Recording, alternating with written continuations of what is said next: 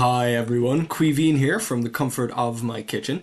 In today's video, we are going to be looking ahead to the night sky for the coming month of February.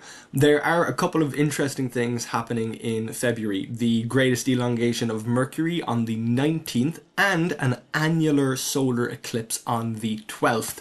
But because the annular solar eclipse is mostly going to be visible from Antarctica, we'll deal with that at the end of the month. We might take a look at the greatest elongation of Mercury at the end of this video, but we're going to stick mostly with the early part of the month. And we can already see that we need to wait a little bit longer for the sky to actually get dark. So we're here at about 6:45 and the sky has just gotten dark. We've still got a little bit of sunlight glow over there in the west, and of course the moon is at its fullest quite close to the beginning of February. We're going to have our new moon roughly on the 17th. So here we go, taking a look at the moon, already at 100% here on the 1st, and we are seeing it at 100% here in Ireland. We can see that the moon is 369,000 kilometers away. So it doesn't really count as a supermoon anymore. Of course, we had a couple of supermoons over the past couple of months. The moon at its fullest is now a little bit further away from its perigee, its closest position to us. In fact, it'll be pretty much at apogee, at its furthest from us, when it is in front of the sun at the end of the month. That's why it will be an annular eclipse. Looking at the sky from here in the city with the full moon, this is pretty much the worst conditions you could get. We're looking at the sky with light pollution, with the light of the full moon, and there's still plenty that we can see. Before 7 o'clock, Sirius is already over the southeastern horizon. Orion is completely up in the sky over in the southeast as well. We can see all of the brighter components of Orion. We've got a good view of Aldebaran and the Hyades in Taurus. The Pleiades are there. Luckily, the full moon isn't too close to them, so it's not going to interfere too much with this region of the sky. And within a couple of days, the moon will be past full. It will be under the horizon when the sun sets. So here we are, still very early in February, and we've got a pretty good view of the sky. Just to make sure it's as dark as possible, we'll move forward to 7 o'clock, and we've got as good of a view as we're going to get. Jupiter is still nice and clear, nice and bright over in Gemini, a little bit past its opposition now. It got to opposition in January, but we can see Saturn way over in the southwest. It's noticeably much lower in the sky, much closer to sunset in the west, and that's going to make it that little bit harder to see. Taking a look a little bit higher in the sky, this region of the sky, I guess the mid of the southern sky, it does look pretty empty, especially as we're looking at it here in the city.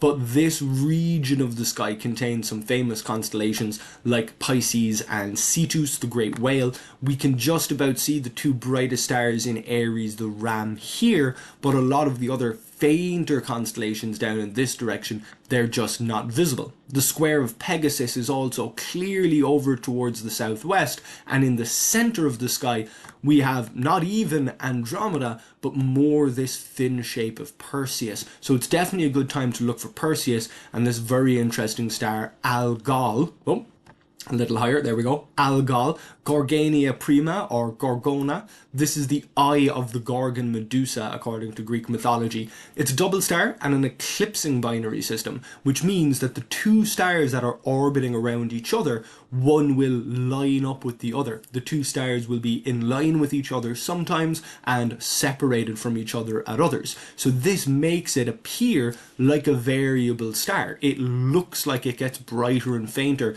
depending on whether or not the stars are in line with each other. That winking effect is one of the reasons it was known as the Eye of the Demon, even in other cultures that weren't associating it with the Gorgon Medusa. And of course we have that nice pentagon of Auriga with the bright star Capella. I don't normally show the sky under worse conditions than this. I usually show the sky with roughly the level of light pollution we'd have in Cork City, which is around a Bartle class 5, pretty close to what would be a suburban sky. Moving up to an actual urban sky, Bartle class 8 here is what would be considered a city sky. we can see that we're losing a lot of the brighter stars. We're not seeing all of the pentagon of Auriga. We're not seeing all of the fin of Perseus. We're not seeing all of the square of Pegasus. But we're still seeing the bright stars, well, up here in Gemini, the two twins, Pollux and Castor, they're nice and clear. We have Sirius, the brightest star in Canis Major, and we have Procyon, the brightest star in Canis Minor. So both of the dogs, the big dog and the little dog, are visible. We're after losing a little bit of Orion here. The belt is a little bit tougher to see. We're certainly after losing the sword, but the brighter stars, Betelgeuse and Rigel, still very clear and visible. We've lost the Hyades and pretty much lost the Pleiades, but we still have Aldebaran.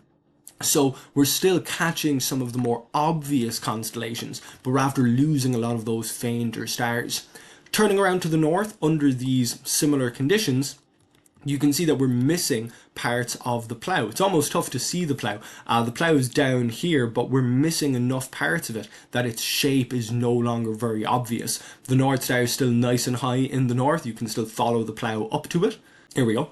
These are the lines of the constellations just to show that this is the plough despite the stars that are missing. This is the North Star despite the stars that are missing. And we're definitely after losing the summer triangle. So of course the summer triangle is up all night during the summer, but we were still able to see the summer triangle as the sun set over a lot of winter. But now that we're moving into February, the summer triangle will be set by the time the sky gets dark, and it will be coming up again as we come through to morning time. This is the river Eridanus or Eridanus, the river in the sky. It's another pretty faint constellation. If we bring up the names, here they are in English, the translation of what these things should be. So Perseus is the hero, Andromeda is the chained maiden, Pegasus is the winged horse. That one is at least nice and straightforward. Auriga is the charioteer. If we change these names back to Latin, here we go, native, then we'll get the names that we normally call them. So there's Eridanus, there's Cetus the whale, as I mentioned, Pisces, Perseus, Andromeda, these famous constellations. Oh, and if we zoom back out, there we go. We can see Canis Minor and Canis Major. They're separated by Monoceros, the unicorn. So even though the unicorn is pretty much impossible to see in the city, we've got these two bright stars just either side of the constellation, so we can still tell where it should be. And the part of the sky that I mentioned looking empty, even from a city like Cork with less light pollution, that's where the river Eridanus and the great whale Cetus are, even though without the pictures helping us, they're pretty much invisible. We've only got a couple of bright stars, really one bright star there for Cetus. We will come back to the sky that I am a bit more comfortable with. We'll just go to 5 there for the suburban sky, roughly the level of light pollution we get in a lot of Cork City. And there we can see a couple more stars in Cetus, a star there in Eridanus, but a lot of this region of the sky looks pretty empty. Those stars are just a little bit fainter.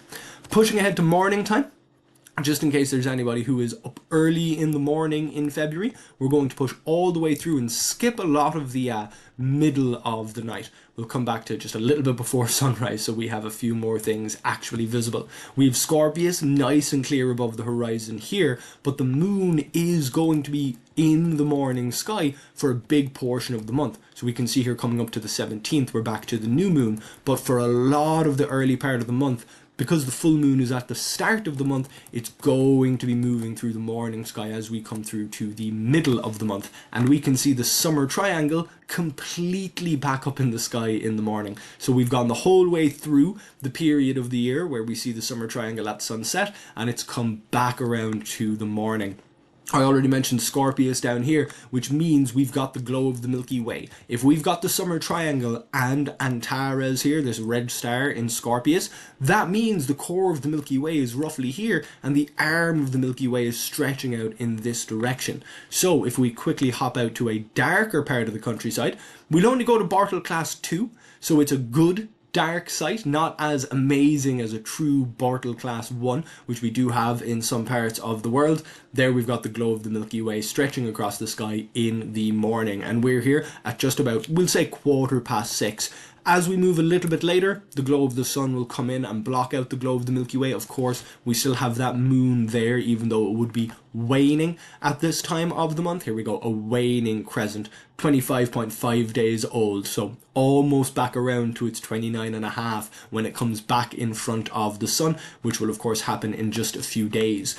Now that we're through to the middle of February, we'll come back a little bit here to just about 6 o'clock in the morning. We can now really follow Arcturus down to Spica, this lovely bright blue star. It's nice and high above the horizon. It's even past its highest point, past due south by the time we come through to 6 o'clock, and Leo the Lion is still visible over here.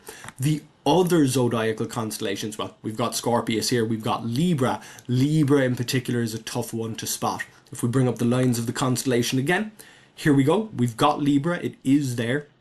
It's another constellation where seeing it on its own may be tricky, but we have the bright star Spica in Virgo on one side, we have that bright red star Antares in Scorpius on the other. So between those stars must lie Libra, even if you're finding it tough to actually see it. We've got Corona Borealis up nice and high in the morning as well, just next to Bootes and that bright star Arcturus. So those are some other constellations that, although they might be tough to spot, they're in good positions to see in the morning as we come into February. Corona Borealis there is a very clear curve, almost a C shape in the sky, but if we come back even just to the light levels we get here in Cork City, a suburban sky, not even a bright suburban sky, well, there we go, things get a lot more difficult. That is one of the stars in Corona Borealis, but we're not really seeing the rest of that C shape. We can just about see a couple of stars in Libra, but nothing to really indicate the shape of the scales. While we're here, we will very quickly go through to the 19th, and we will come back to sunset because we're looking at Mercury's greatest eastern elongation, which means it's visible in the west. And there we go. There's Mercury and a little bit of the moon. We will talk a little bit more about that as we come to the end of the month, because we're also, I believe, just barely getting Venus there as well. So we'll take a look at this lovely sunset view once we're a little bit closer to the 18th, and we have that to look forward to over the course of the month of February. So I hope you get a chance to see the sky at any light level, just to be able to pick out some of these brighter, more obvious constellations over the course of February. I hope you do get the chance to see them. If you don't, at least you've gotten a preview here. If you enjoyed this video, please do like it. If you like this kind of content, then please subscribe to this YouTube channel. And if you'd like to read this information written down, you can head over to my website, queevinscontent.ie. Thank you very much for watching, and hopefully I'll see you back here next time.